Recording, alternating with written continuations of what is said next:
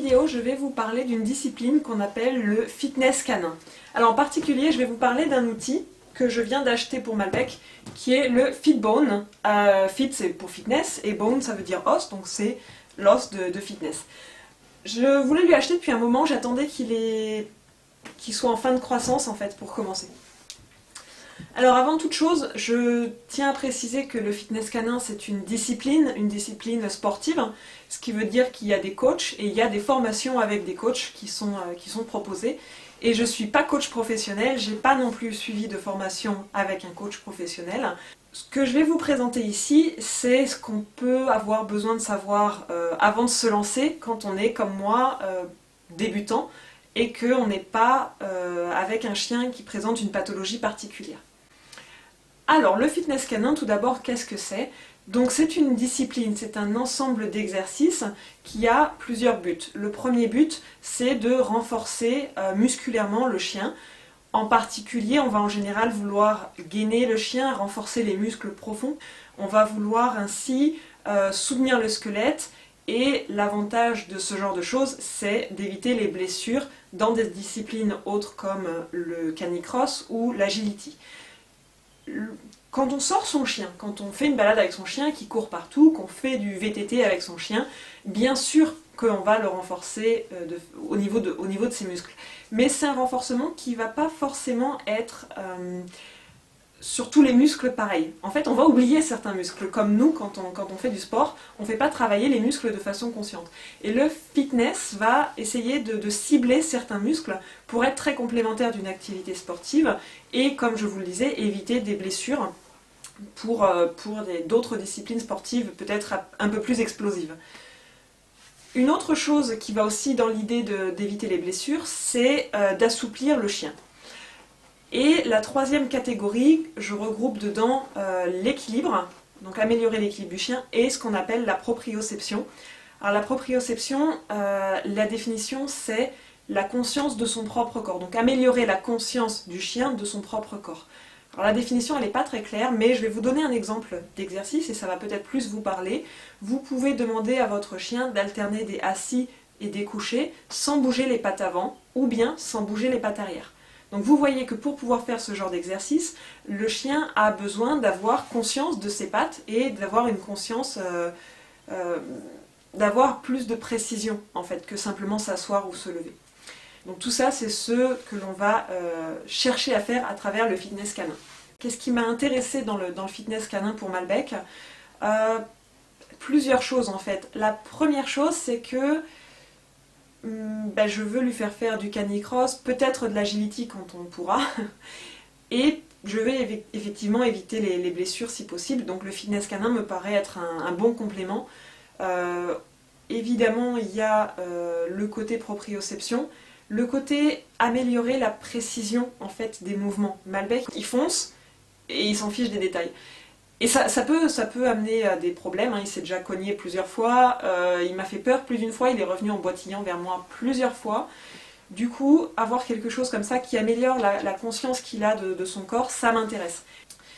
Et également, le fait de travailler la précision des mouvements, c'est un effort intellectuel. Alors ça m'intéresse toujours parce que Malbec c'est un chien qui a besoin d'énormément d'activité.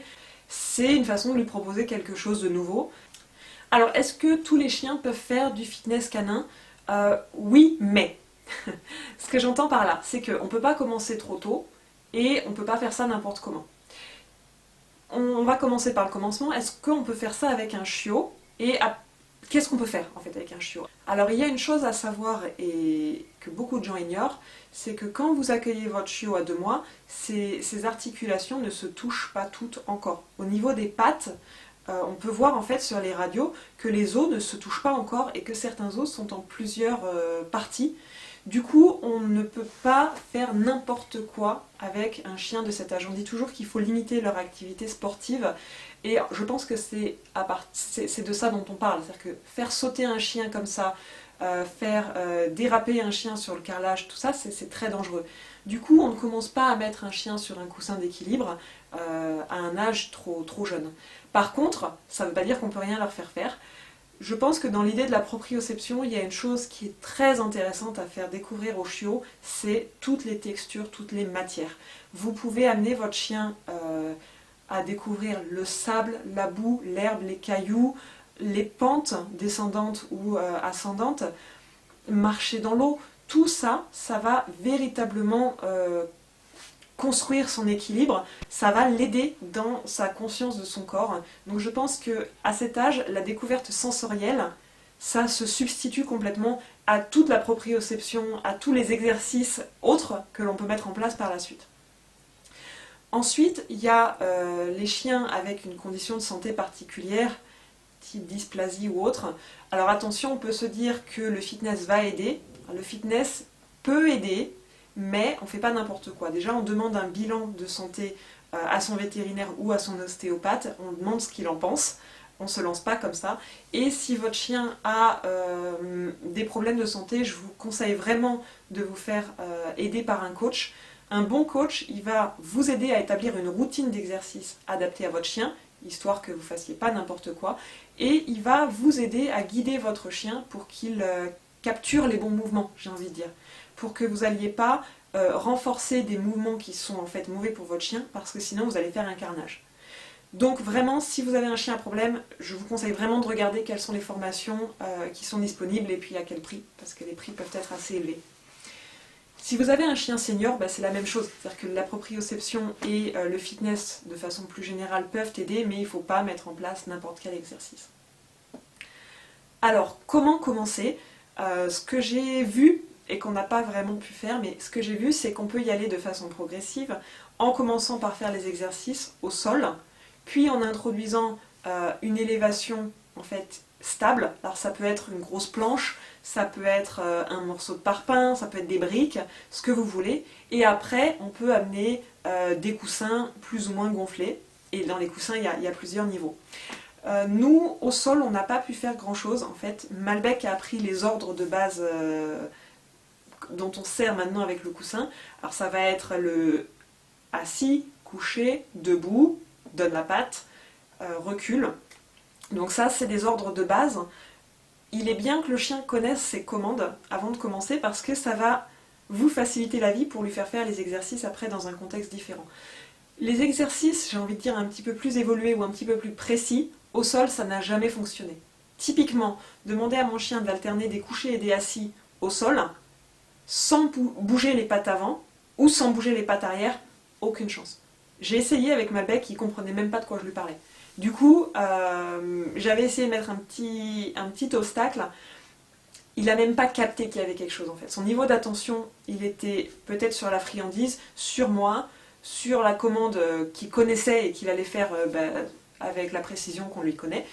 Mais il captait même pas qu'il y avait quelque chose. J'ai essayé de lui mettre une cible, donc en fait un coussin. Je vous le montre.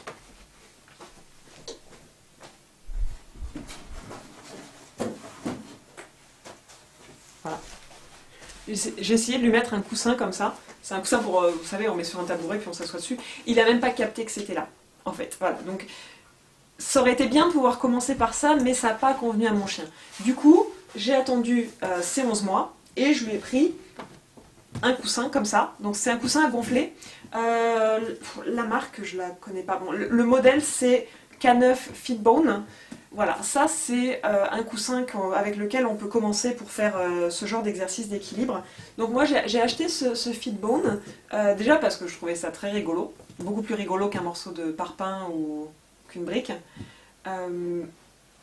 Mon espoir c'était que Malbec comprenne avec ça qu'il y avait quelque chose de différent. C'est-à-dire que comme on n'est pas simplement au sol, on va faire quelque chose de pas comme d'habitude. Donc, si je lui demande de poser les deux pattes devant et d'alterner assis, couché, debout ou autre, j'avais bien espoir qu'il comprenne que les pattes devaient rester dessus. Ça fait une forme de cible en fait. Et il l'a bien compris. Chose qu'il n'a jamais réussi à comprendre avec quelque chose qui était stable. Donc que ce soit au sol ou que ce soit sur un objet en fait. Du coup, pour nous, commencer par un coussin, ça a bien marché. Il faut faire un petit peu attention avec ces coussins parce qu'il y en a il y a différents modèles et en fait ces différents modèles peuvent correspondre à différents niveaux. Alors vous avez en gros le niveau 1, Alors ça c'est un niveau 1. Qui sont très intéressants aussi. Vous avez des petits coussins en demi-sphère et le chien peut mettre ses pattes dessus. Ça m'a l'air très intéressant. Et encore plus facile que cet os, il y a en gros la soucoupe ou le disque. En fait, c'est la même chose que ça, sauf que ça se gonfle. Et j'ai acheté que celui-ci pour commencer, parce que j'étais vraiment pas sûre que Malbec apprécie. Et celui-là, c'est un peu le plus versatile, on peut faire quand même pas mal d'exercices différents avec. Et comme j'ai l'impression qu'il accroche bien, je pense que je m'équiperai avec les autres. Vous avez d'autres coussins, et il y en a deux que je connais, il y a la cacahuète et le donut. Et ils sont beaucoup plus difficiles, beaucoup plus instables, et c'est pas la peine de proposer ça à votre chien trop tôt. Alors si comme moi vous venez d'acheter ceci, ou que vous considérez que vous voulez l'acheter, on peut se poser la question de quels sont les premiers exercices qu'on peut faire avec et comment les faire à son chien.